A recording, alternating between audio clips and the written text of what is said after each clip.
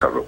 Son las 9:54 y hemos recibido en los estudios de RPP al historiador Mauricio Novoa, quien viene a conversar sobre todo con Aldo Mariátegui sobre historia y sobre la enseñanza de la historia, porque queremos comprometer a Aldo en RPP para que, pese a su ir y venir entre dos continentes en el futuro, pueda producir para nosotros programas de historia en los que sin duda Mauricio Novoa podrá jugar un rol importante. De historia, y efectivamente con Mauricio vamos a tener bastante relevancia en el tema.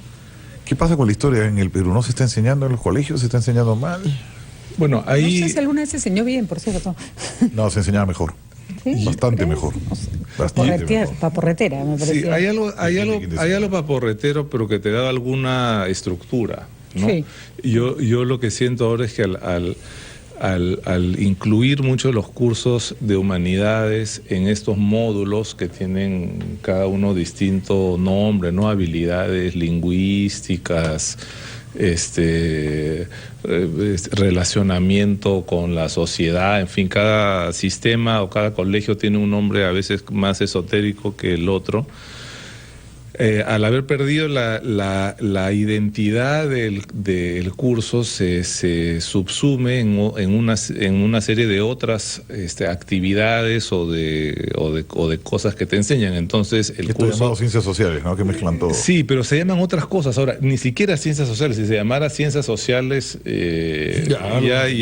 entonces...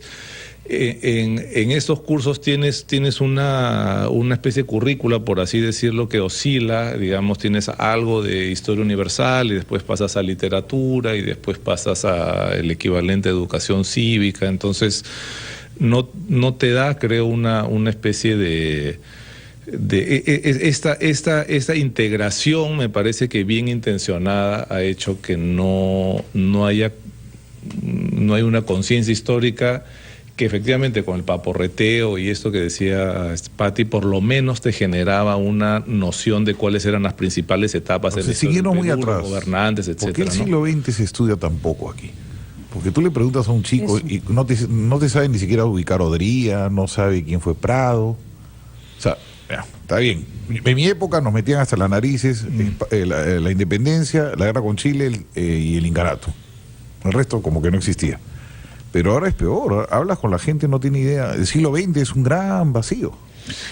Yo creo que por dos razones, ¿no? Hay un tema otra vez de mal diseño de currículo, pero sobre todo en el caso peruano, la historia reciente es una historia que se mezcla, digamos, por llamarlo de alguna manera, con las luchas políticas. Entonces, y eso la hace controversial, entre comillas. Difícil. Entonces creo que por una especie de salud mental y evitar controversias de repente innecesarias es que se ha puesto, digamos, el punto final en periodos menos controvertidos, por así decirlo, ¿no?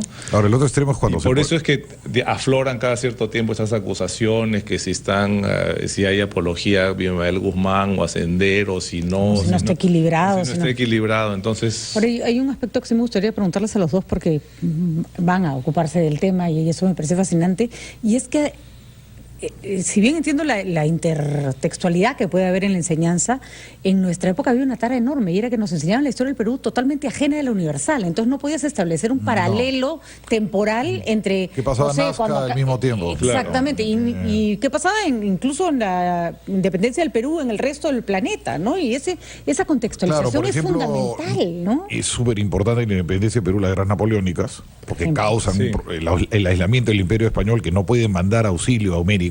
Y eso no nos enseña. Así es.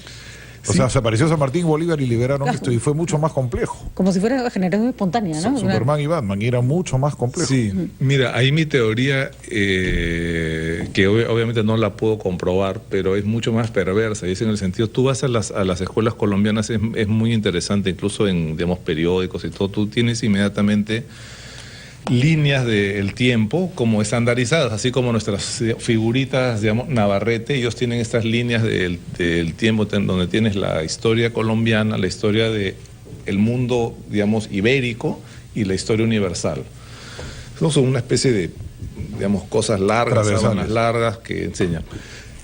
Yo creo que aquí en parte es por digamos, por la falta de coordinación, porque los libros de historia universal típicamente eran importados, ¿no? Entonces tenía Seco el Aure, etcétera, entonces había una disociación de la historia peruana de la historia universal, pero yo creo que también hay una especie de